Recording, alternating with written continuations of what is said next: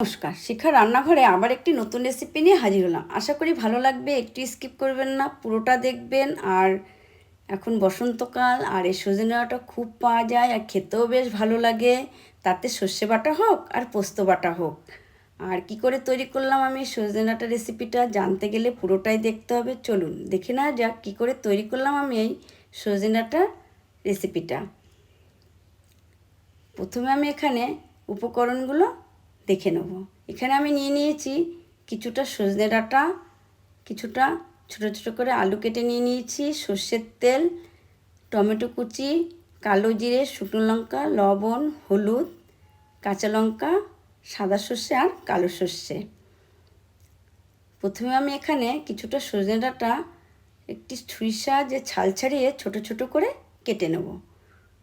ঠিক এভাবে ছাল ছাড়িয়ে কেটে নিতে হবে। প্রত্যেকটা এইভাবে কেটে নিতে হবে। সজনে ডাঁটাটাও বেশ কাটা হয়ে গেছে। ঠিক এরকম করে কাটতে হবে যেন একটু ছাল না থাকে। প্রথমে আমি এখানে একটি শিলনোড়া নিয়ে নেব। এর মধ্যে আমি পরিমাণ মতন কালো সর্ষে, সাদা সর্ষে, কাঁচা লঙ্কা আর পরিমাণ মতন লবণ আর একটু জল দিয়ে পিষে নেব। এখানে আমি 3টে কাঁচা লঙ্কা আর 3টে কাঁচা লঙ্কা একটু পাকা নিয়ে নিয়েছি। ঠিক এভাবে পিষে নিতে হবে। চাইলে আপনারা মিক্সচারও পিষতে পারেন, কিন্তু শিলনোড়া বাটাটা খেতে বেশ ভালো লাগে।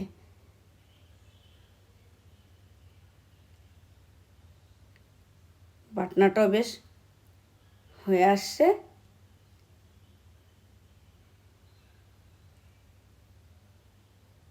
এবার আমি একটি পাত্রে বাটনাটা তুলে নেব। সামান্য জলের মধ্যে দিয়ে আমি তুলে নেব। ওভেনটা অন করে একটি প্যান বসাবো। প্যানটা একটু গরম হয়ে গেলে পরিমাণ মতন এখানে আমি সর্ষের তেল দিয়ে দেবো। চাইলে আপনারা সাদা তেলও ব্যবহার করতে পারেন, কিন্তু সাদা তেলে থেকে সর্ষের তেলে খেতে বেশি ভালো লাগে। তেলটা একটু নেড়েচেড়ে গরম হয়ে গেলে এর মধ্যে কেটে রাখা আলুগুলোকে দিয়ে দেবো। পরিমাণ মতন লবণ আর হলুদ দিয়ে দেবো, দিয়ে একটু নেড়েচেড়ে ভেজে নেব। ঠিক এভাবে ভেজে নিতে হবে। আলুটাও বেশ ভাজা হয়ে গেছে। এবার আমি এটাকে একটি পাত্রে নামিয়ে নেব। ওই তেলের মধ্যে 2টো শুকনো লঙ্কা আর পরিমাণ মতন কালো জিরে ফোড়ন দিয়ে দেবো, দিয়ে একটু নেড়েচেড়ে ভেজে নেব। কেটে রাখা সজনে ডাঁটাগুলোকে দিয়ে দেবো।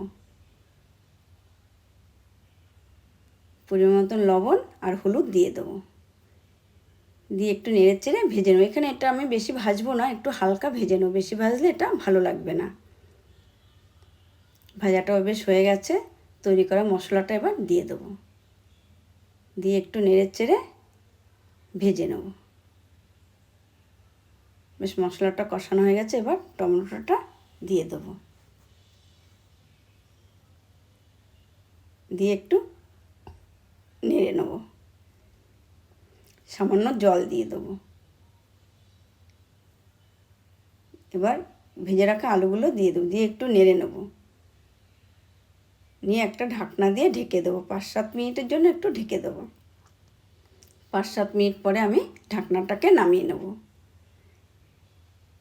দিয়ে একটু নেড়ে নেব। সামান্য মিষ্টি দিয়ে দেবো, দিয়ে একটু নেড়ে নিয়ে একটু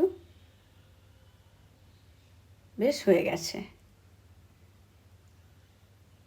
এবার এর মধ্যে আমি সামান্য সর্ষের তেল দিয়ে দেবো। একটু কাঁচা সর্ষের তেল না দিলে সর্ষে বাটায় স্বাদটাই আসে না। বেশ তৈরি হয়ে গেছে। এবার এটাকে নামিয়ে নেব। যদি ভালো লাগে তাহলে একটি লাইক, কমেন্ট, শেয়ার আর একটি সাবস্ক্রাইব অবশ্যই করবেন। Thank you.